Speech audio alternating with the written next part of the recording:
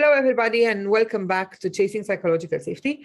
Today, we're talking again about the Great Resignation, or whatever else we want to call this movement that we're in, where people have worked out that they can do better. We've talked about this multiple times before. The reason we're talking about it again is that there have been a couple of conversations as of the last few weeks where people doubt that that is the best term. There is, I would say, a good amount of social impetus behind the other proposed terminologies, all very right.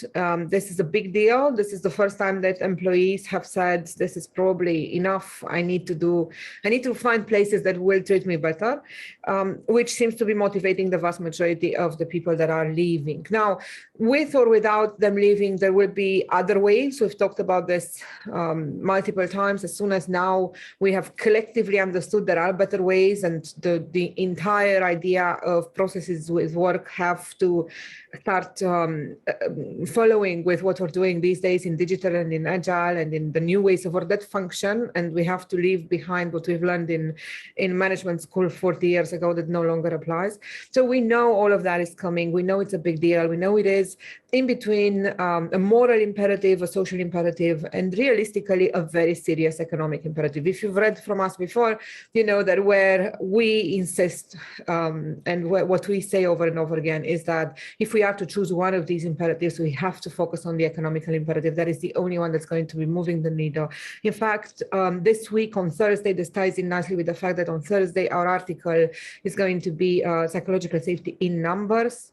Those are the core numbers that can help you build a business case so that you show why your team should be happy and high performing in your enterprise. And as ever, come talk to us about the software and about our learnings in the last few years. So again, do we call it the Great Awakening? Do we call it the Great Revolution of employees having seen the light of the new ways of work? Do we call it an aha moment, or do we call it the Great Resignation?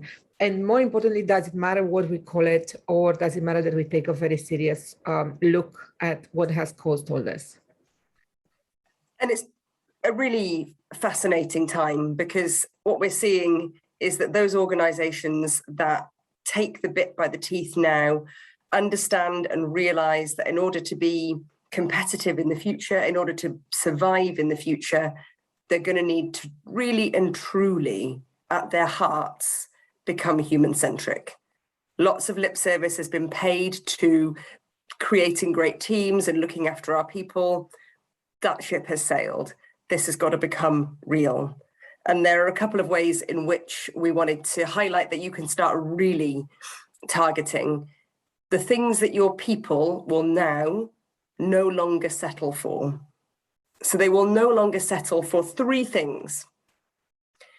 Anything less than true flexibility. And flexibility encompasses a few terms that are in our article, which I think really sets it out nicely, be it around time, place, mindsets, or process. So flexibility is absolutely giving your people the ability to work from anywhere and to suit them.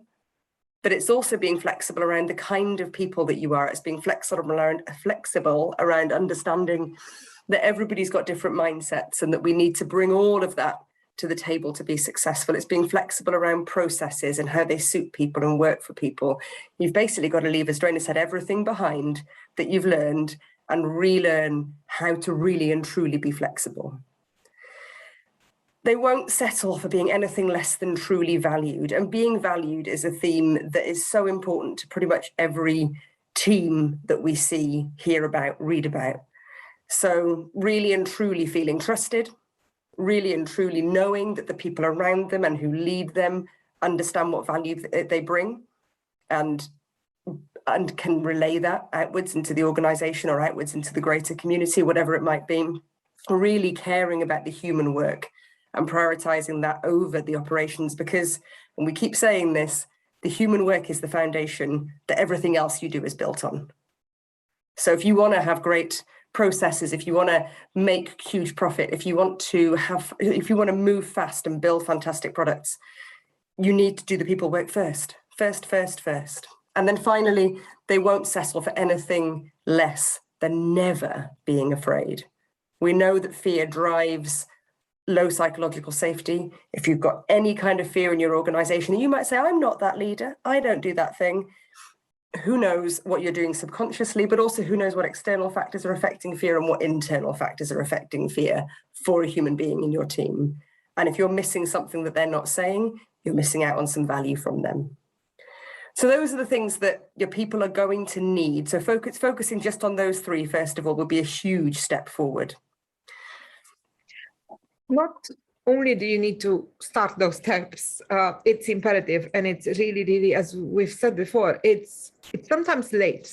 Let's face it, some of the people that are listening to this would be in organizations that have too great of human debt to start paying it off in time to become competitive and remain sustainable when they're going head to head with enterprises that have been built around their people from the ground up. So it's a big piece of work, but there are, like Fionn said, ways to kind of grab at it. Some of these would be, they still sound, if in honesty, quite superfluous, right? It's not very actionable. Just kind of make sure there's never fear. Sounds great, and we can all agree to it, but it's a question of translating it into action. And we're not those people that just tell you to do things fluffy. We're the opposite of that. We're those ones that say, look, there's exact things that you can do. There's software, there's exercises, there's models of behavior that you can apply. There's no excuses for leaving these things at the fluffy level. So I think one of the first things to do, if you are someone who cares about the organization, whether you're a leader or an HR person, whoever you are, or a team leader or a team member, let's face it, this is everyone's responsibility, is to say, this thing I'm talking about, number one, can I talk about it even though it feels a bit fluffy? And we insist that you start on an own list of normalizing terms that you know would make someone cringe in your organization. Would they cringe if they hurt feelings? Would they cringe if they hurt emotions? Would they cringe at the idea of relationships between people? Would they cringe at the mention of the fact that you have to discuss and share some bits of your private persona and personal life in a work context?